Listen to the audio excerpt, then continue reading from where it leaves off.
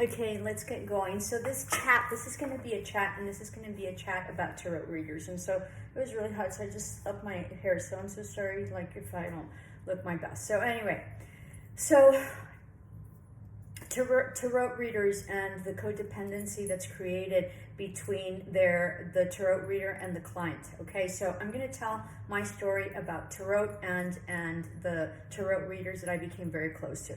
Okay, so when I was getting divorced a gazillion years ago, right? I think I'm going into, I don't know, maybe 14 or 15 years or 16, who knows? I have no sense of time when it has to do with the divorce, okay?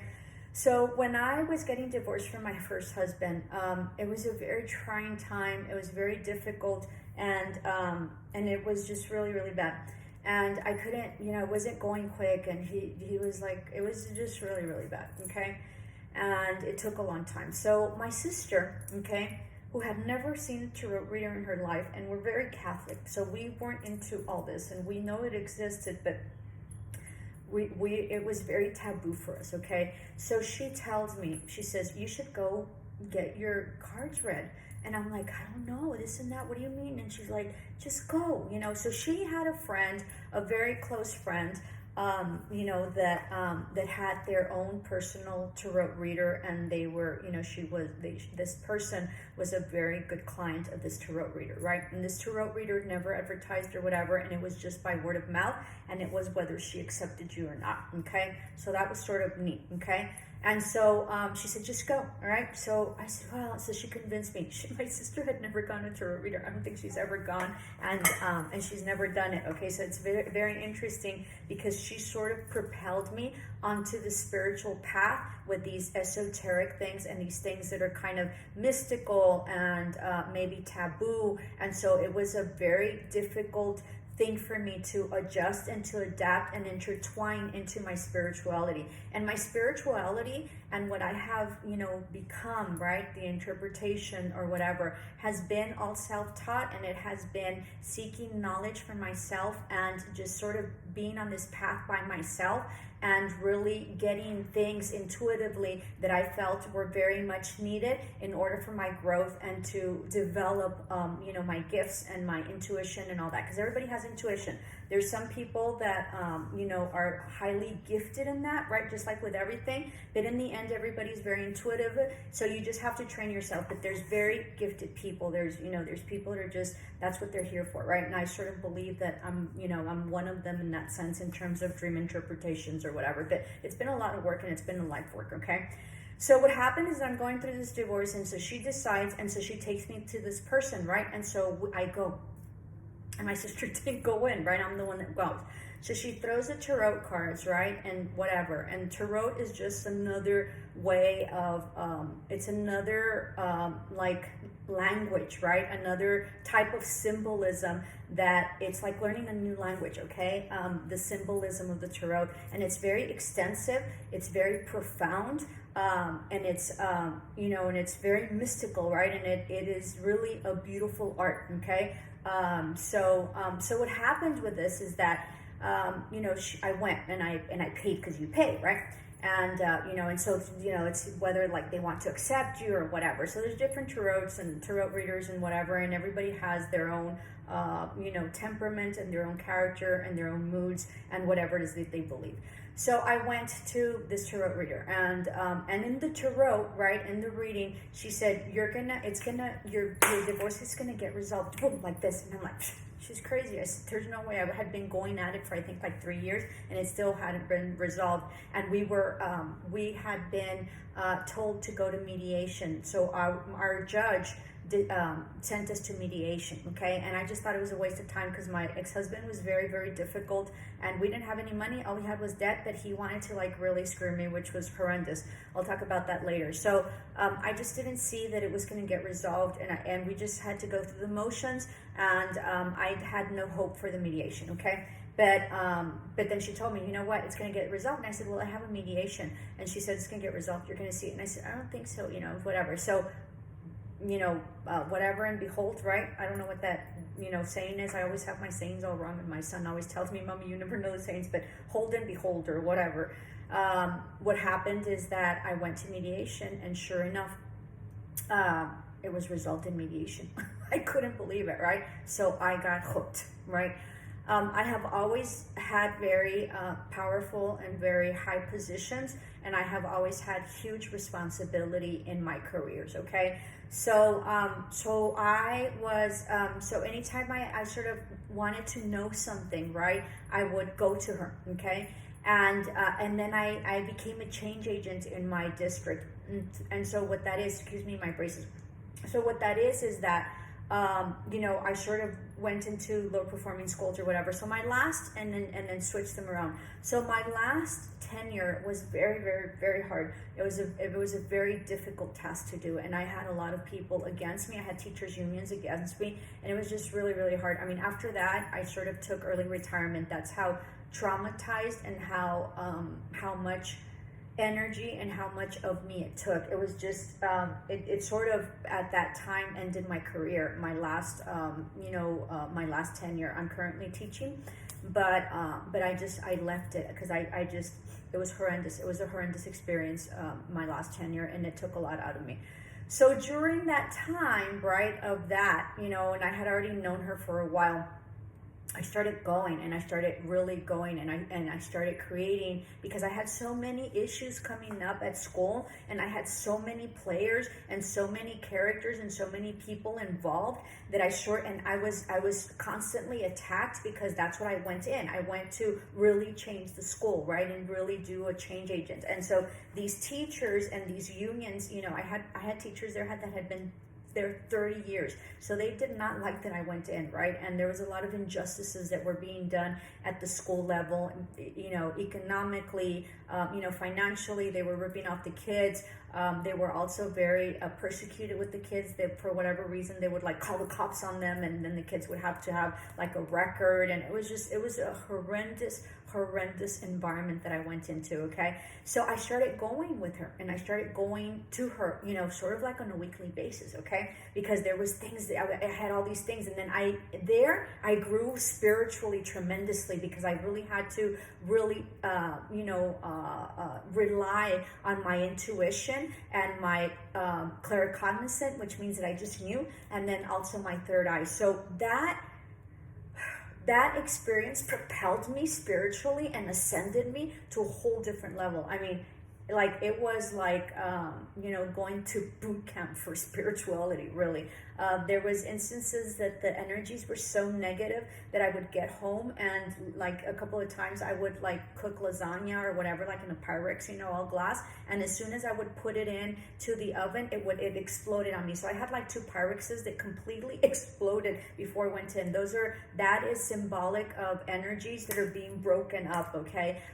During that time, I always prayed and prayed and prayed a lot, and I always asked for protection, and I always asked for clarity, and I always asked for what was best for the students, and for me to have clarity on that, and for me to be protected. And I was very much protected. And so what happened also was that on a daily basis, I would pray with my son before I went to school, so really early in the morning. And so we used to say little prayers, and then before I stepped on campus, so I would go and park my car, and then as soon as I stepped on campus, and I would walk, and I called it the mall because it looked like the mall in Washington, D.C., sort of.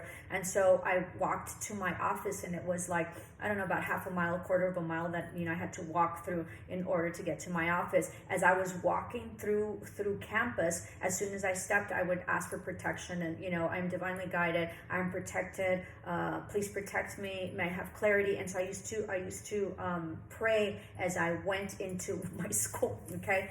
I got death threats in my school, and this was before there was death threats, and this was before, you know, there was shootings. There had just been a couple of shootings, and I look back now, I mean, I really feared for my life at some time. And it wasn't the kids, it was the union that threatened my life. Okay, so the teachers union threatened my life, the kids didn't.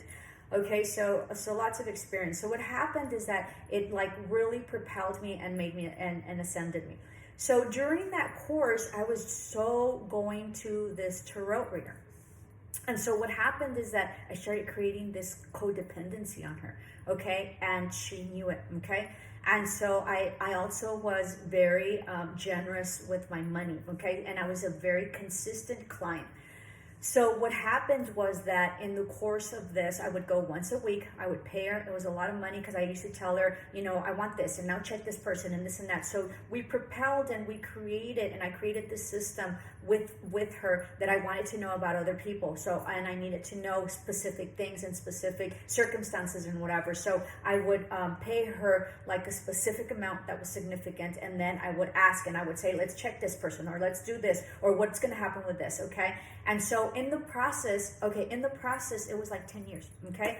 That I was with her, okay? These last 3 years or whatever, for school. I wasn't 10 years in school. I was a long time in the district, but with her, I lasted like 10 years. So what happened is that I created this codependency, okay, for myself. And then it got to the point where she was just ridiculous. Like I needed to talk to her or whatever, and I was in a bind, and she'd say, oh, I don't feel well. Oh, the stars aren't aligned. Oh, I've been, the spirituality, this and that. Oh, I have felt some negative feelings. And she was just horrendous, okay? And I would suck it up because I was in such a need for her services, okay? So what happened with that is that I started getting very frustrated because she would only pick and choose whenever she wanted to see me, whenever she needed money, okay? Or whenever she wanted to see me. I sort of thought we were friends, and it sort of appeared that way, but I'll tell you what happened later, right? And so she was just a really bad, also a business person, because, if you're professional or whatever, you have a good client, whenever they meet, they want, you service them, right? And so she became very difficult to deal with, okay? And she just, at times she wanted, at times she didn't. When she needed money, she'd hit me up, and that wasn't a problem. And so I started seeing that, but I needed her, so I just sort of sucked it up. So what happens is that with my second husband, I left, right? And I had no money again, right? And so I couldn't go to her, and that day we had a huge fight. And I also started getting very resentful with her because as I went to her, I started learning the cards, even though she wouldn't tell me, because they don't tell you what their craft is, right? But because I'm very spiritual, I started seeing, and because I was very consistent, it was sort of like a class for me, okay? So I started taking classes, and I started really looking into it. Back then there really wasn't YouTube, and so I sort of like started practicing and started buying my tarot cards, and then just started practicing and started Googling stuff or whatever, and I would spend hours studying it, okay, because I had a need. And that's just sort of what happens, right? And so what happens is, in the course of me seeing her and me paying her for the readings, I learned myself, okay? So there was times, and then of course I'm very intuitive, so there was times that I would tell her this and this and that or whatever. No, I don't see that, this and that, specifically with my ex-husband, the second one, right? I was seeing that there was a lot of stuff going on. I'm like, look, can you see? No. And so she got to the point where she was blatantly lying to me. And what happened was that I knew she was lying to me because I could see the cards and I could see what was happening, right? So anyway, so long story short, I leave my husband, right? Have no money, and I'm in a really bad place, and I needed a reading, right? But I didn't have any money, and I had consistently gone to her for 10 years, and she never once, and she got mad at me, why didn't you leave, and this and that. So I told her, it is what it is, and that day I just like told her off. I said, what? I mean, it is what it is. You can't be telling me right now, why should I leave or whatever. So she just showed me what her interests were and what her hidden agendas is. Apparently she thought that my ex-husband was the one that was paying. I'm the one that was paying. I've always been very independent, so whatever it is that I spent with my own money. So what happened with that was that during that course that she thought, so I stopped talking to her, right? And she never reached out, she never said, hey, come on, you've been a really good client. Besides that, you're a really good friend. I thought she was a friend, right? And she wasn't, right? She never reached out. She never once told me, hey, let's do a reading for free, because I really needed a reading, okay? I really needed a reading. And she didn't do it. So it was very, very, very disappointing, okay? After that, we sort of went back and tried to be friends. And then, her husband passed away, and her husband one day told me, look, she's very good at what she does. And with that comes a huge ego. So, but, I just want to thank you, Lucia, because you've been a really good friend, but and you've also been a really good client, but most importantly, you've been a really good friend. So he passes away. At this time, I'm doing much better, right? I missed her. It was very difficult to detach from her because I was so codependent on her, okay? And I'm pretty, independent, right? And so it was very interesting for me, and it was very eye-opening for me. Okay, so so then after that, she had, her husband passed away later, and so she came in and whatever, and it sort of has never worked out after that, and I was just very resentful.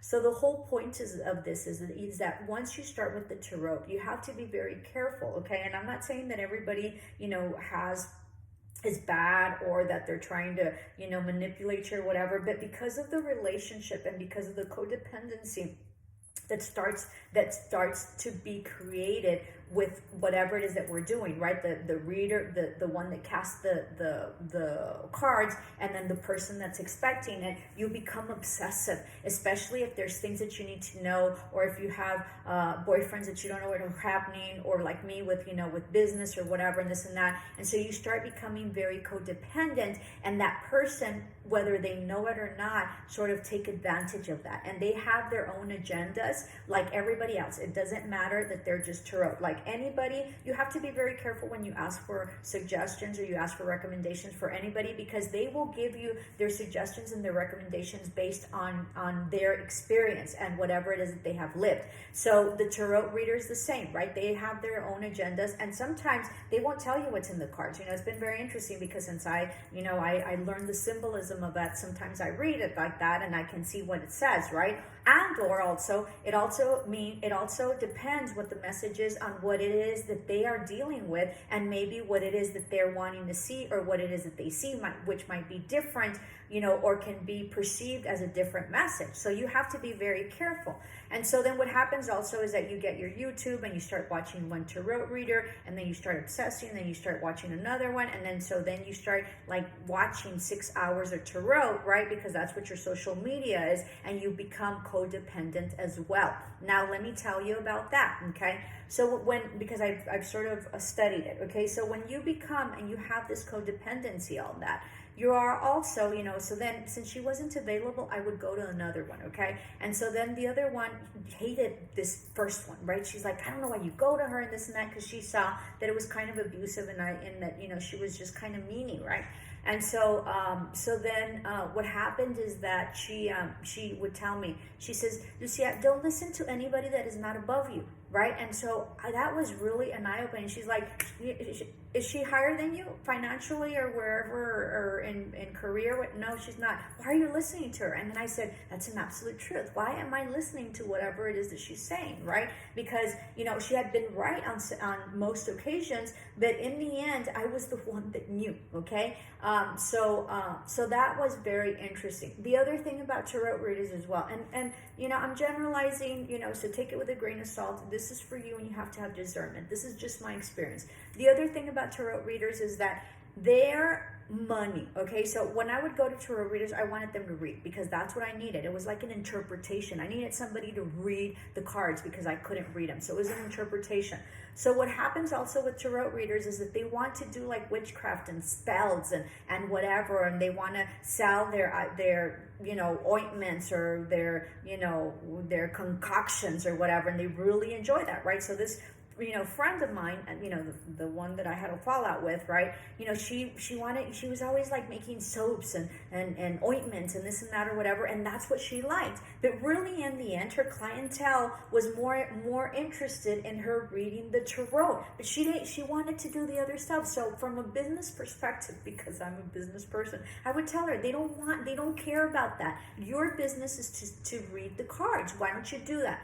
But what happens is that if they get you suckered into doing spells or whatever and this and that, then they try one spell, right? And then it worked a little bit, and then you need to do another spell, and so then it worked a little bit. And I was always scared of that. So I was never interested in doing spells, because I sort of think that spells don't work. I think they work for some time, and I think that destiny and fate will take whatever it's going to take, and it's going to do whatever needs to get done. So, and I also think that you have no right to change anybody's free will. And so when you mess with that, I think karmically it comes back to you. Besides, it doesn't work, because whatever is the journey is going to be the journey. And you need to have people in your life that want to be with you. If you have to do a spell, to get rid of people or to have people come back to you, then that is really messed up, because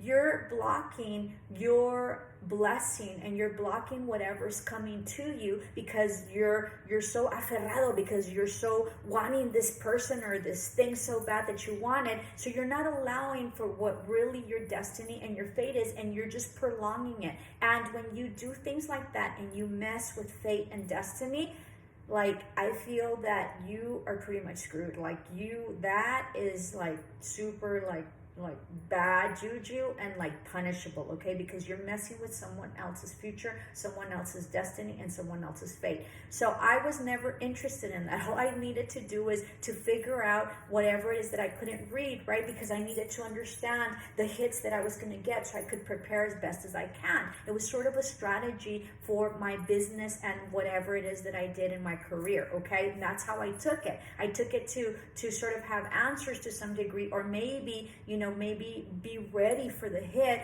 or maybe understand what was going on that I couldn't necessarily see, and then it would sort of show itself sometimes, okay? Because also when they're reading the tarot, the energies are whatever it is the energies are. So it might not be a good read. It might be something that, maybe the reader doesn't feel like reading that day, or maybe they're not balanced, or maybe you're coming in and it's the energy that's that. So it's reflecting what the energy that you have, not necessarily what the expansion, the explanation of whatever the cards are. So you have to be very careful. So tarot readers, really what it is that they sort of want to, hook you in on these like spells and these things that they do, right, to keep you there. And so it's sort of like, a membership, right? So membership fee. So you keep coming back because you want, this spell for this, or this spell for that, or this spell for that. And really in the end, things are going to happen the way they are. And maybe those things, because the energy is there for a little bit, it'll work for a little bit, but it's not going to work forever. So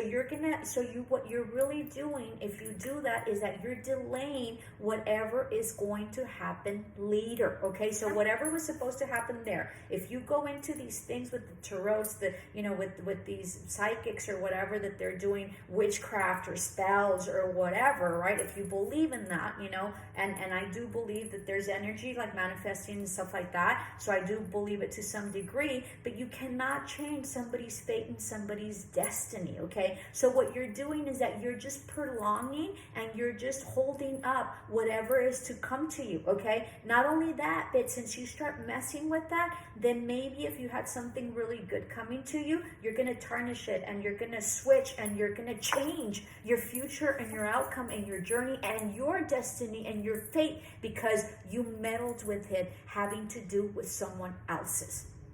Do you understand? It's super, super important for you to understand this. So you're just sort of prolonging the inevitable, right? So if you want a person that, to come back, okay, so they come back. Well, that only stalls your healing, and that only blocks for someone else that really deserves you, and someone else that you're hoping for that will be better or whatever. It only stalls that person coming in. And since you're doing it, possibly you might mess with divine timing, right? Or you might, I don't know, or you might mess with the whole situation, that you'll miss your blessing. And maybe because you messed up and you messed with someone else's destiny and fate, then you're messing with yours and you're messing with your blessing. So you have to be very, very careful, and then there's a lot of charlatans. They're just bullshitting, period, right? And one of the books that I read that just really, really changed my whole perspective is, I think it was Brian Weiss, I can't remember, or something like that, or I forget all my authors. It's been a long time. So anyway, because I've read a lot, okay? And they're PhDs, they're out of Harvard and this and that or whatever. And so they talk about spirituality. And with that, one of them said, spirituality and high ascension and higher knowing and higher being does not equate to good tarot readers, okay? He said good tarot readers, okay, and tarot reader and tarot, casters or whatever, psychics, does not mean that they are in a really high place spiritually, okay? That just means that they know how to read the tarot, and that just means that they know how to, tell you what the symbolism of it is. And if they've been in that, and their families have been in that, like this lady that I went, she was Cuban, so she just like like, or Puerto Rican, I mean, she was embedded in it, right? She grew up with it and this and that or whatever. Then they have a huge amount of knowledge that you've never had because you've never been exposed. It's sort of like having a second language, right? If you learn the language since you're a kid, right, well, you're going to be more, probably more fluent than somebody that's learned it, later on in life, okay? So what it shows, and that was very confusing to me, because since she was such a good tarot reader, I always thought that she was very high spiritually, okay? But with her comments, and she had like issues with like gays and this and that, so one didn't match with the other, because if you're spiritually, it's an acceptance of a lot of stuff, right? And honoring that. And so I was very confused, okay? Because I sort of thought that if you were a good tarot reader and you were psychic, that you were spiritually high and you were spiritually ascended and you were awakened.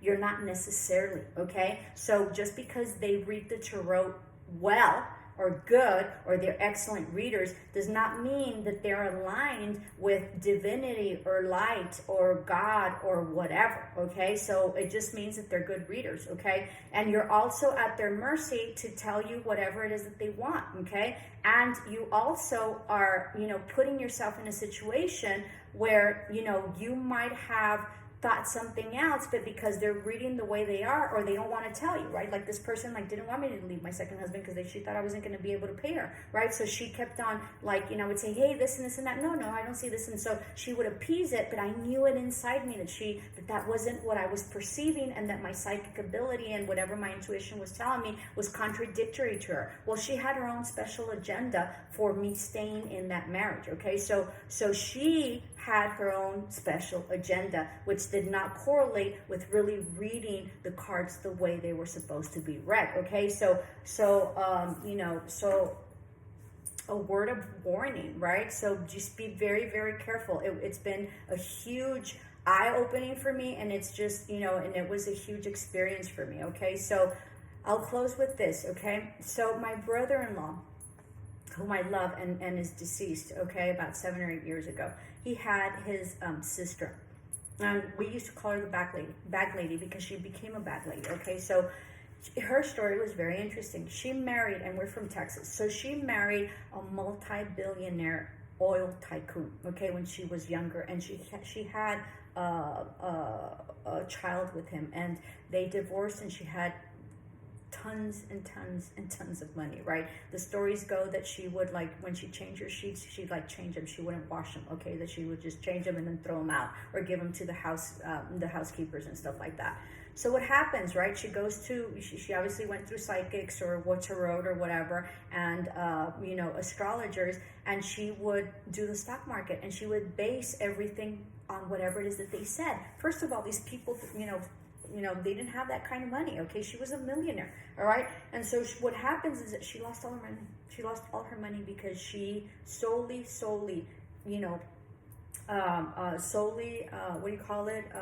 relied on the psychics and the astrologers, and she made bad investments on people that have nothing to do with anything and don't know anything. How can you rely on psychics, right? I mean, your intuition is one thing where you feel like it's a gut, but to completely give over your fate and your destiny and your life to someone that hasn't lived your life, or doesn't have your money, or hasn't lived what you've lived, and isn't half of what you are, whatever, it doesn't have half of the things that you have, how can you give up so much power? Your power is your power, okay? And you are your power. Don't give it up to anybody, nobody, not psychics, not friends, not anything. This is your life. It is your responsibility to make sure that you optimize your life. And the psychic ability and the ability to read tarot and the ability to do dreams and whatever is your gift, right? And so you use it, okay? But with discernment. All right, and then try it out, or whatever. And they're not playing, it's not their money that they're playing, it's yours, okay? So you have to secure your future based on whatever it is that you do. So what happened? She lost it all completely. She lost her house. She's a bag lady. She was like literally living in the streets in a shelter after being this amazing, I mean, millions among millions. I think, you know, I mean, I don't know. It was like in the 80s or whatever. It was a very, you know, it was a heavy duty case, and she won a lot of money with the divorce, and she lost it all of it.